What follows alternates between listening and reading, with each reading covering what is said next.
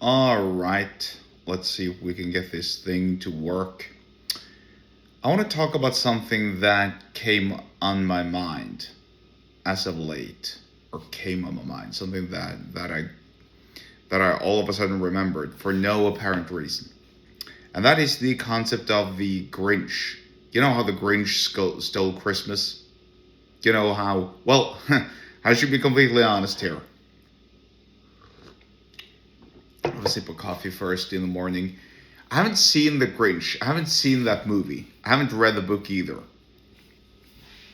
So I can't really talk about how I'm familiar with The Grinch when I haven't even seen the movie or read the book. But I'm familiar with the character, and I know largely what the character does. The character, the Grinch, steals Christmas from other people because it's sour and miserable and lonely and so on.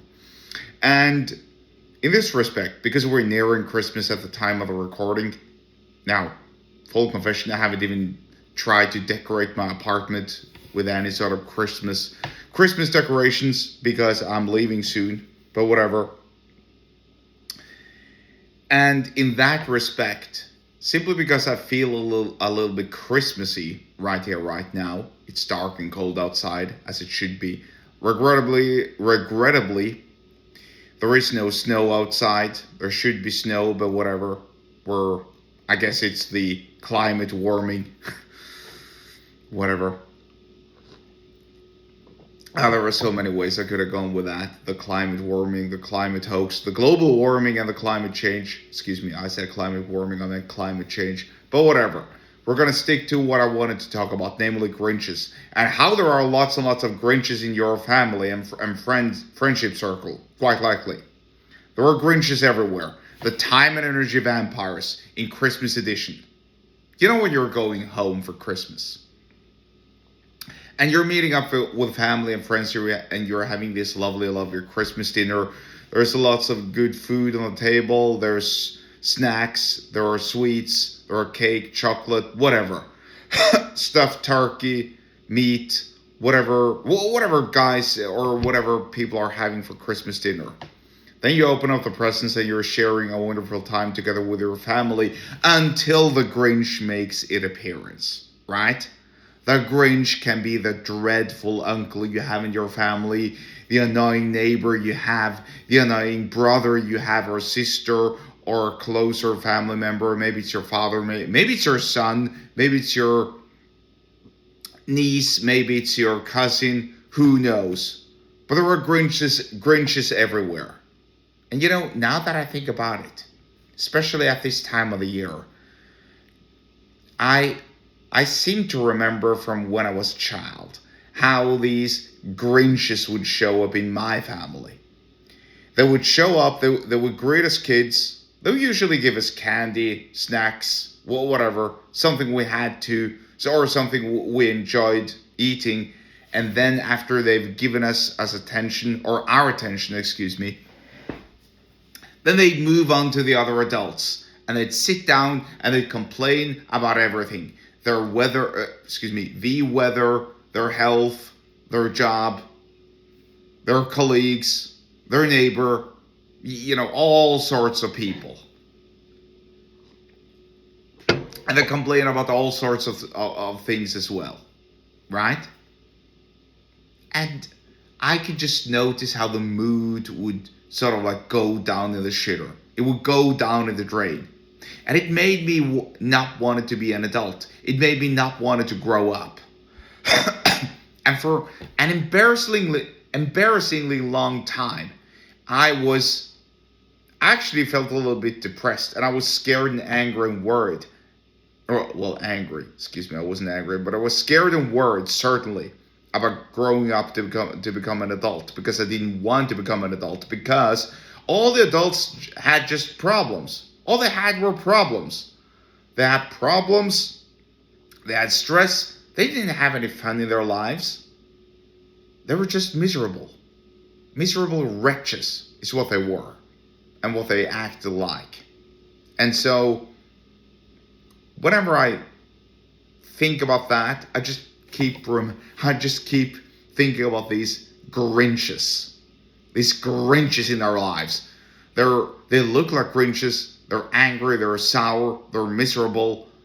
They have a crappy life, so they want you to live a crappy life as well, because you can't be happy around them. If you are happy, then there is something wrong with you. You need to find something to worry about. You need to find something to be upset about.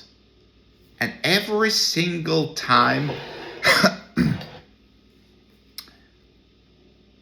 every single time I was around these people, just like clockwork, they would start to rant and vent and moan and complain over and over and over and over and over again. It was like this foul-proof way of knowing that these people, they're so miserable, they're so boring, they're so annoying to be around. I just have to get away from them. And in this respect, if you have people like that in your life, I'm sure you have. We all have them, right? Once again, it could be your parents, your uncles, your nieces, your friends, your neighbors, maybe your work colleagues, maybe someone you're seeing once or twice a year for Christmas, and maybe also maybe also you've just seen them, for Thanksgiving season. Here's what you do. When the Grinches appear, when they want to steal your energy and your time, and they want to start complaining and venting and moaning and ruining everyone's good mood now that it's Christmas, you simply stand up and you leave the room. That's it. Leave the room. Walk away.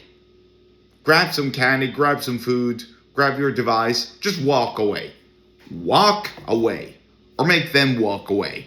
Because you can't be around such people. They're boring. They're dreadful.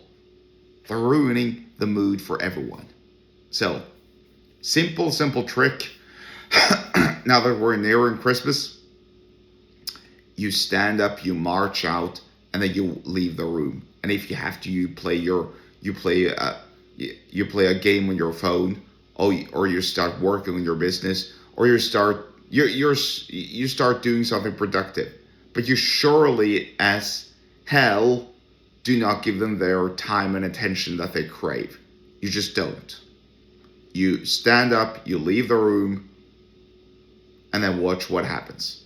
And when they ask you why you left the room, you just tell them, well, I didn't want to be around you. You're boring. You're dreadful.